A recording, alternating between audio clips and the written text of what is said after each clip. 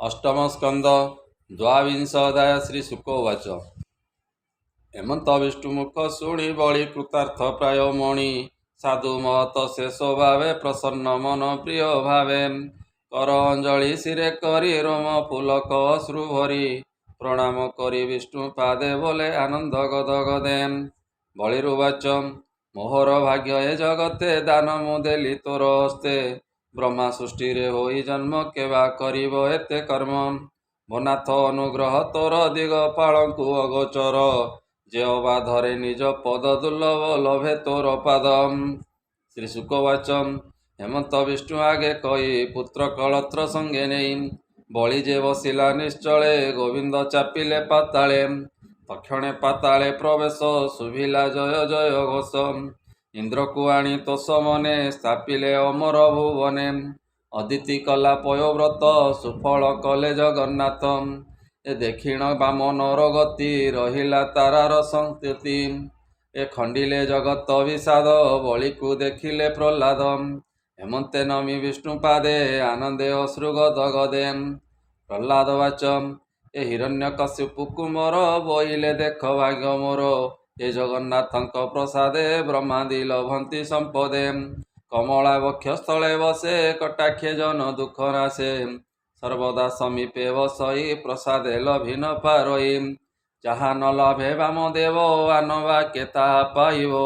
से पाद पद्म रेणु आसे जोगिए जोग साधि प्रासे अष्टांग जोगर अभ्यास चरणे करी थांती आस से कहीं लभिबे से भाव जहा न पांति ब्रह्मा शिव हेमंत प्रह्लाद कही बामन पादे शिर देई देखी संतोष भगवान कहती कोमल वचन श्री भगवान वाचम ए प्रह्लाद शुण मऊतर जाओ तु सुतल मंदिर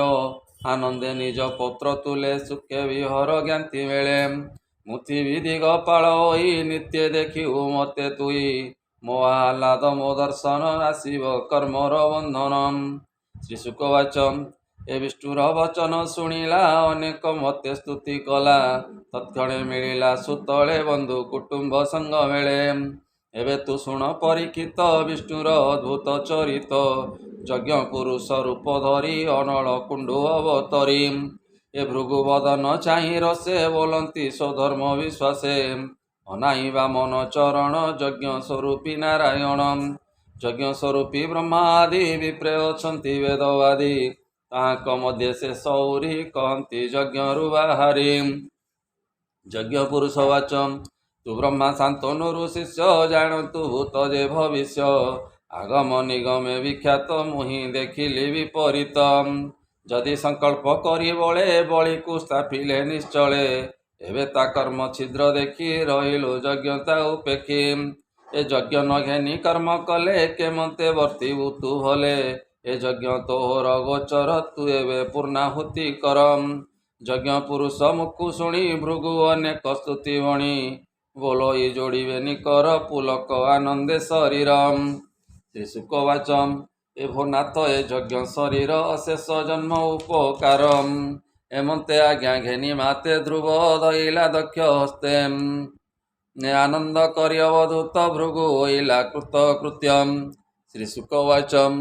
एबे तु शुण हे राजन वामन रूपे भगवान बलिर हस्तु घेनी दान कपटे तिनि भुवन इंद्र को इंद्र पणे स्थापी तिनि भुवने देह व्यापी ए विष्णुर देखी दिव्य गति कृतार्थ चित्ते प्रजापति भृगु अंगिरा घेनी तुले पितृ समेत मुनि मेले सनक तुले भृगुपति मिलिले कश्यप दिति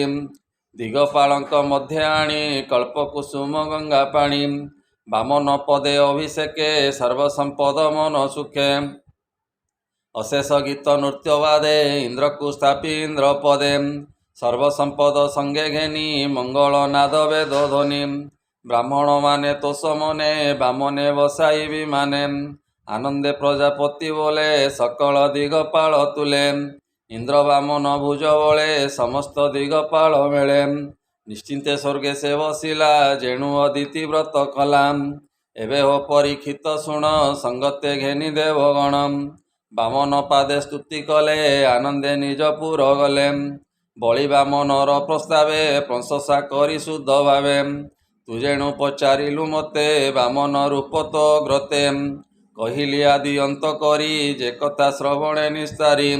ବିଷ୍ଣୁ ମହିମା କେ କହିବ ଯାହା ନ ଜାଣେ ବ୍ରହ୍ମା ଶିବ ଭୂମିରେ ରେଣୁ ଅଛି ଯେତେ ଆକାଶେ ନକ୍ଷତ୍ର ସହିତେ ମେଘ ବରଷା ଯେତେ ଧାର ଯେ ବିନ୍ଦୁ ପ୍ରକାଶେ ବିହାର ଏହା ଗଣିତ ଅତିରେକେ ଜଗତେ ଅଛନ୍ତି ବା ତୋକେ ହରି ମହିମା ସଂଖ୍ୟା କରି ନାହିଁ ସଂସାରେ ଦେହଧାରୀ ସେ ହରି ଚରଣ ସରୋଜେ ବ୍ରାହ୍ମଣ ଜଗନ୍ନାଥ ଭଜେ ଇତି ଶ୍ରୀମଦ୍ଭାଗବତେ ମହାପୁରାଣେ ପରମହଂସ୍ୟାଂ ସହିତାଂ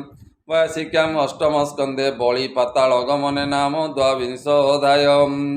ବୋଲାନନ୍ଦେ କବାର ହରି ହରି ବୋଲମ୍।